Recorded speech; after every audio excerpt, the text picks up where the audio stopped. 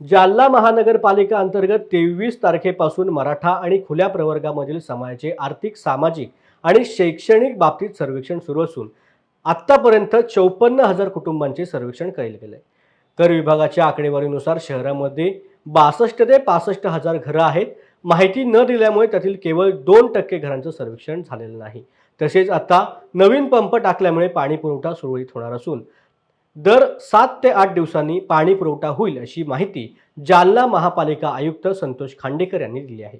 शिवाय नागरी प्रश्न सोडवण्यासाठी आर्थिक पाठबळ लागते ते आपल्याकडे कमी असल्यामुळे आपल्याला अडचणी येत आहेत. मात्र नागरी सुविधांकडे आम्ही कोणत्याही प्रकारचं दुर्लक्ष करत नसल्याचं खांडेकर यांनी सांगितलेलं आहे.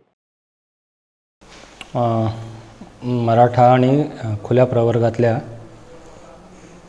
समाजाचं जे आर्थिक, सामाजिक आणि शैक्षणिक बाबतीत जे सर्वेक्षण सुरू आहे ते 23 तारखेपासून आपल्याकडे सुरू आहे आणि ते 31 तारखेपर्यंत संपवायचं होतं आपल्याला.